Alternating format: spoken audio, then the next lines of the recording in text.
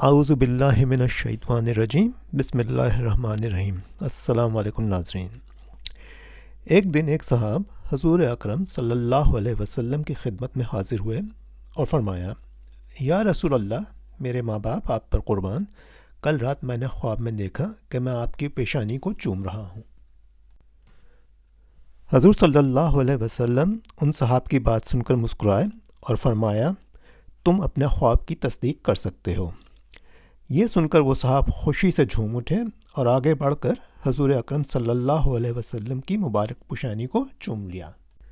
یہ صاحب جن کو رحمت دو عالم حضور صلی اللہ علیہ وسلم کی مبارک پیشانی پر بوسہ دینے کا شرف حاصل ہوا، ان کا نام حضرت خثیمہ بن ثابت خطمی رضی اللہ تعالی عنہ ہے۔ آپ کی والدہ کا نام کبشہ بنت اوس تھا۔ وہ خزرج کی شاخ بنو سعادہ سے تعلق رکھتی تھیں۔ آپ کی کنیت ابو عمارہ تھی اور لقب ذو الشہادتین تھا، جو انہیں حضور اکرم صلی اللہ علیہ وآلہ وسلم نے عطا کیا تھا۔ آپ کو یہ لقب جس واقعے کی بنیاد پر عطا ہوا، اس کے بارے میں کچھ مورخین نے اس روایت سے انکار کیا ہے، لیکن صحیح بخاری میں اس واقعے کا ذکر آتا ہے، جس سے پتہ چلتا ہے کہ امام بخاری کو اس واقعے کی صحت پر یقین ہے۔ اس واقعے کی تفصیلات کچھ یوں ہیں۔ ایک مرتبہ حضور صلی اللہ علیہ وسلم نے ایک شخص سے گھوڑا خریدا۔ جس جگہ پر یہ سودا طے پایا، یہ حضور صلی اللہ علیہ وسلم کی رہائش سے کچھ دور تھی اور آپ کے پاس پوری قیمت نہیں تھی۔ آپ اس شخص کو قیمت دینے کے لیے اپنے ساتھ لے چلے۔ حضور صلی اللہ علیہ وسلم نے چلنے میں جلدی کی تاکہ گھر پہنچ کر جلد از جلد قیمت ادا کر دیں، لیکن اس شخص نے کچھ سستی کی اور بہت پیچھے رہ گیا۔ اس موقع پہ اسے کچھ لوگ ملے جن کو یہ نہیں پتا تھا کہ حضور صلی اللہ علیہ وسلم نے یہ گھوڑا خرید لیا ہے، اور انہوں نے اس شخص کو اسی گھوڑے کی زیادہ پیشکش کی جو کہ حضور صلی اللہ علیہ وسلم سے طے پا چکی تھی۔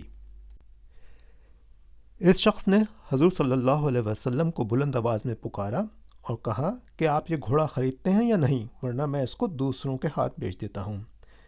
جب وہ آپ کے قریب آیا تو آپ حضور صلی اللہ علیہ وسلم نے فرمایا، تم نے تو گھوڑا میرے ہاتھ بیچ دیا ہے۔ یہ سن کر وہ شخص مکر گیا اور بولا، واللہ میں نے اس کو آپ کے ہاتھ نہیں بیچا۔ آپ حضور صلی اللہ علیہ وسلم نے فرمایا، ہاں تو اس کو میرے ہاتھ بیچ چکا ہے اور میں نے تجھ سے اس کو خریدا ہے، مگر وہ پھر مکر گیا۔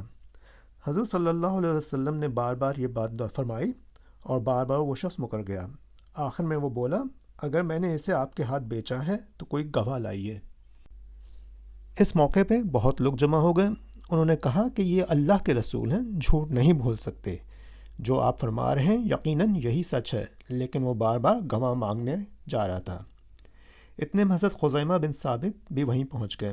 انہوں نے اس شخص کو مخاطب ہو کر کہا، میں اس بات کی شہادت دیتا ہوں کہ تو نے یہ گھوڑا حضور صلی اللہ علیہ وسلم کے ہاتھ بیچا ہے۔ اس پر حضور صلی اللہ علیہ وسلم نے حضرت خثیمہ سے پوچھا، تم تو اس وقت موجود ہی نہیں تھے، تم شہادت کس طرح دے رہے ہو؟ آپ نے عرض کیا، اے اللہ کے رسول صلی اللہ علیہ وسلم، میں آپ کی بات کی تصدیق کر رہا ہوں، کیونکہ آپ جو کچھ فرماتے ہیں حق ہی فرماتے ہیں، اس لیے میں نے یہ گواہی دی۔